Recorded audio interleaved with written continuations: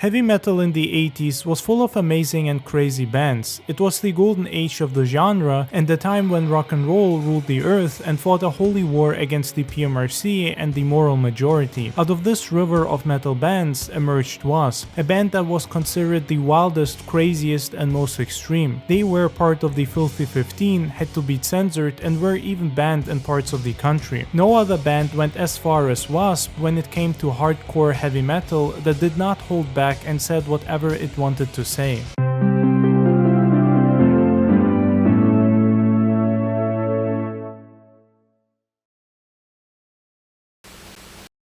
Well, if you fuck like a beast, you must be an animal!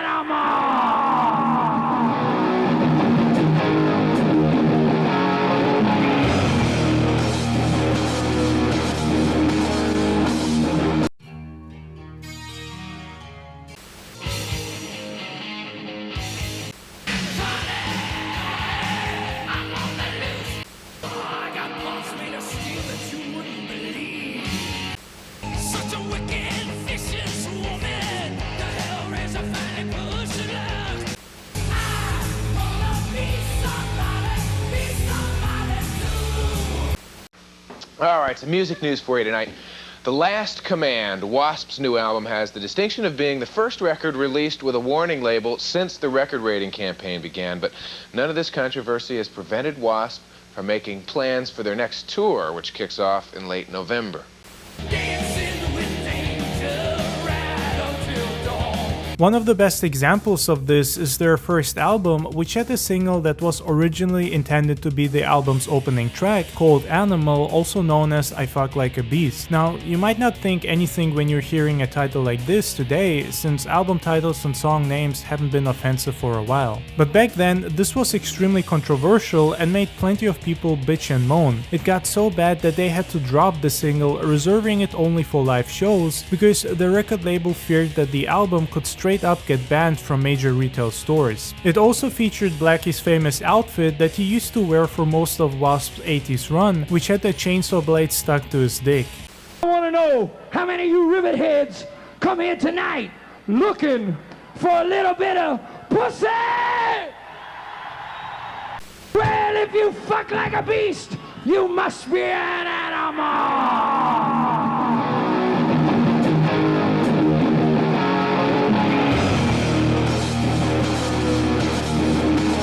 If you listen to most of their early albums, the lyrics will be either highly sexualized or about breaking rules and living a lawless life full of chaos and alcohol. Basically, they were singing Chris Holmes' autobiography but just didn't realize it at the time.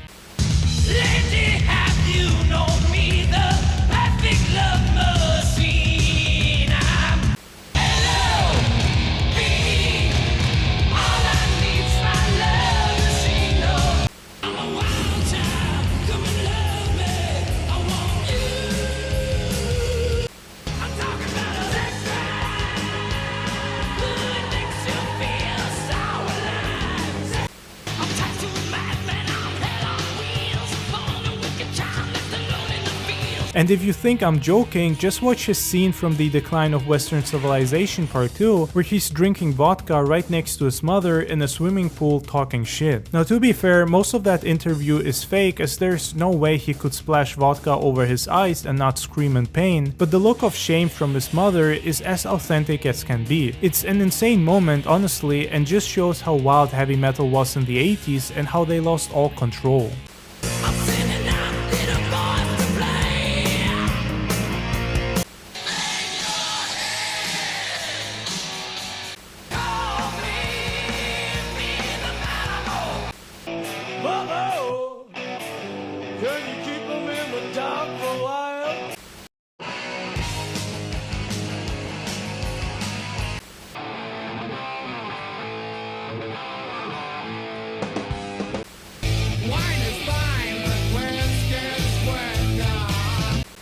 Against heavy metal music, is it heaven, or could it be a highway to hell?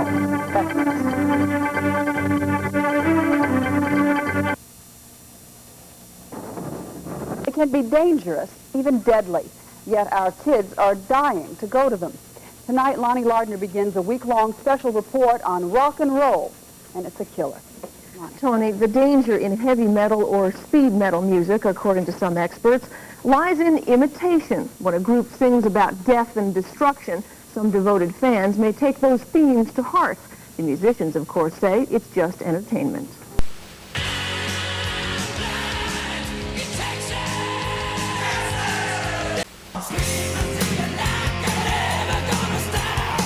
The National Association of Broadcasters has stepped into the controversy. We're trying to tell the owners and the managers of these various broadcast properties to be sensitive to the music that their program directors and disc jockeys were playing.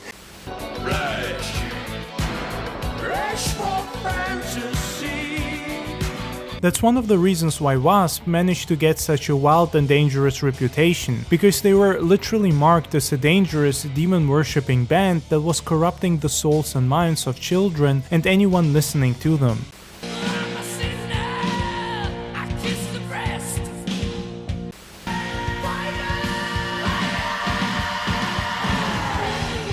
Wild sexual perverts, they're great, and I love them. Somebody was asking me the other day how I got the idea for the song Animal. I said I hooked up a videotape in my bedroom, rolled it back, made it rhyme. Sex. A bunch of sex. You guys are bitches. I love you.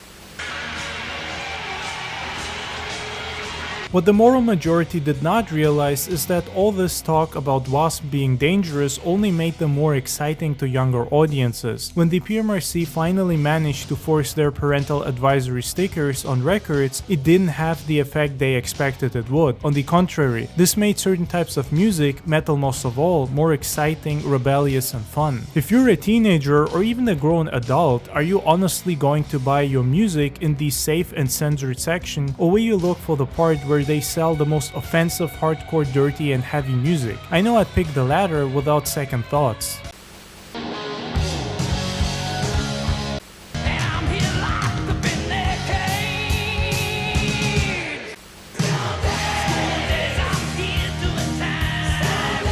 The problem in America with the censorship is that you have people that are looking to become very well known, and they're using rock and roll to do that, and they've attacked Wasp more than they have any other band. Why?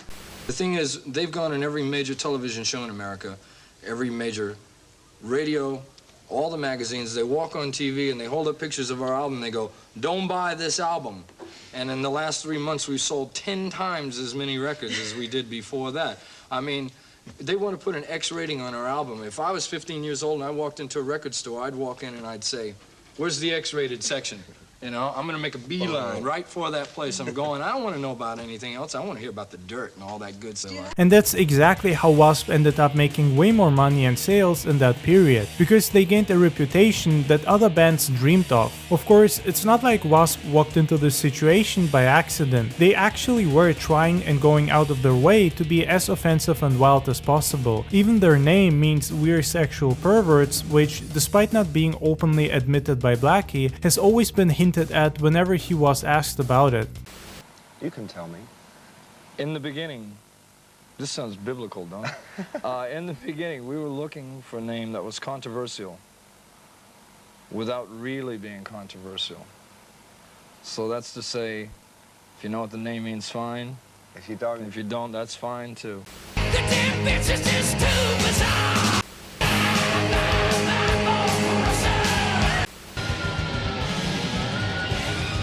Held International presents the awesome power of Masters of Metal Volume 2, headlining Iron Maiden, Triumph, Precious Metal from Sanders, Urgent and Judas Priest, Coney Hatch, Accept and Hit,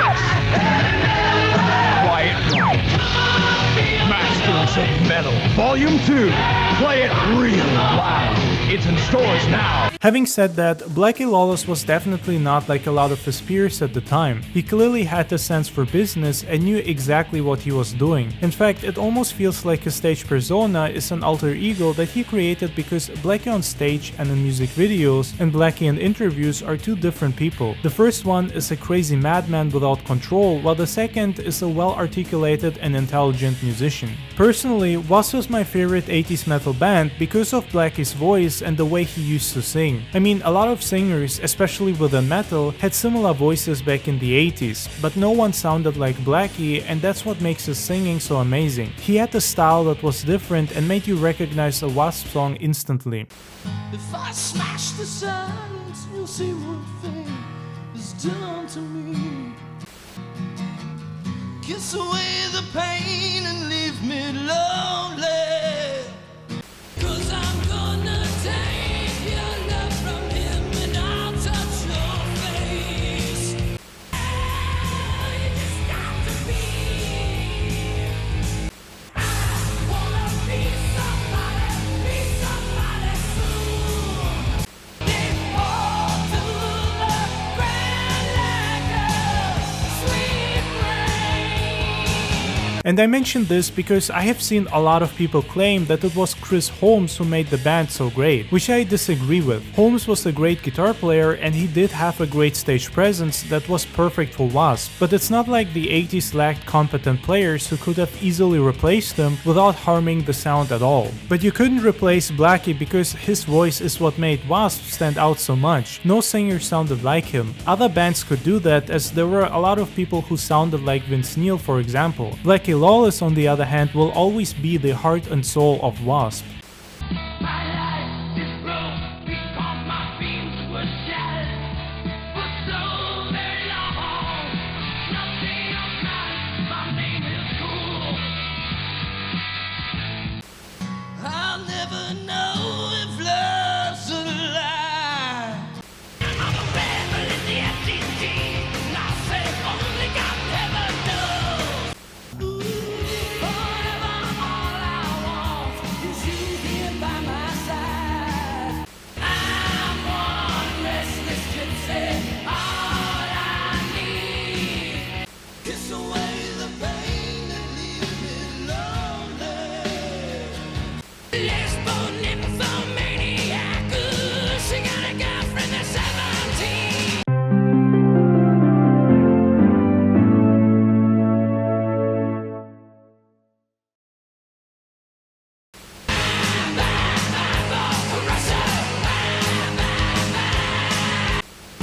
Come on in, no, this ain't no dream.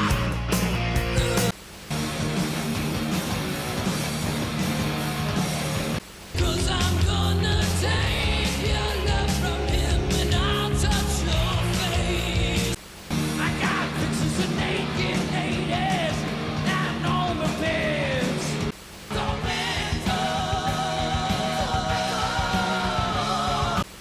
I am the sadist that whips the flesh. Hi, this is Blackie Lawless from W.A.S.P, and you're watching MTV. Unlike a lot of metal bands at the time, W.A.S.P actually did try to be as offensive and provocative as possible. They pushed the limits so hard that the PMRC viewed them as their public enemy #1 and tried to demonize them every chance they got. Not to mention how all the religious fanatics and Karens lost their minds hearing W.A.S.P songs or seeing their album covers. The outrageous edge of rock and roll has shifted its focus from Elvis's pelvis to the saw protruding from Blackie Lawless's codpiece on a W.A.S.P album. I got this glint in my eye whenever I'm performing, which keeps people off balance where they're asking, is he or isn't he serious about this? Those people have obviously never seen that glint. I mean, how can any grown man walk around with a 12-inch saw blade between his legs and take that seriously? It's outrageous filth. And we've got to do something about it. Their singer, Blackie Lawless, knew all of that, and you have to give him credit for using all this hate from the PMRC and similar groups to fuel their career and get as much exposure as possible. I mean, W.A.S.P did plenty of interviews and went on MTV and other programs pretty often, but nothing could compare to the free advertisement that the PMRC was giving them and most of the other musicians and bands that they were constantly mentioning. There are themes of sadomasochism, rape, incest, explicit and graphic sexuality in lyrics and in some of the concert acts.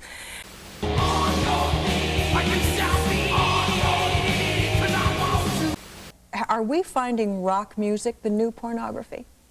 I think that we can find, unfortunately, some very explicit sexuality, and some people would call it pornography, in some of the rock music, yes.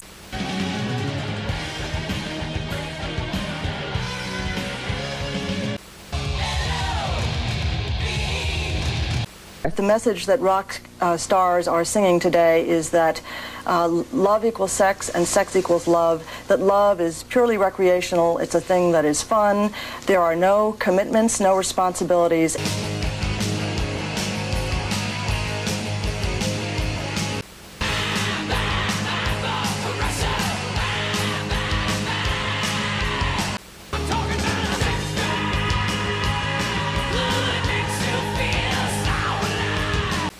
In the heavy metal industry, for example, where you have songs that deal with forcing a woman to have oral sex at gunpoint, as in Judas Priest on the album Defenders of the Faith, Eat Me Alive.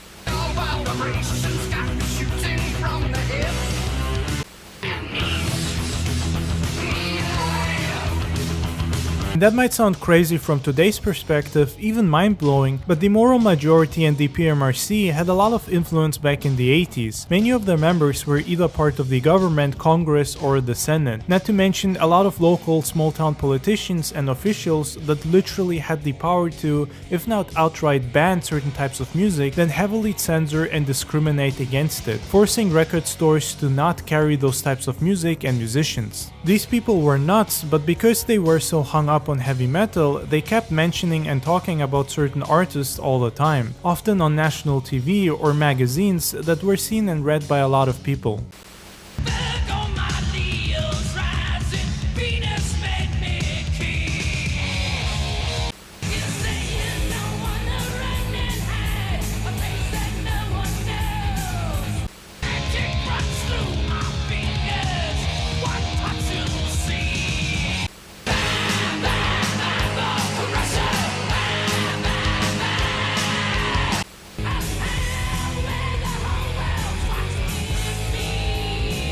Let's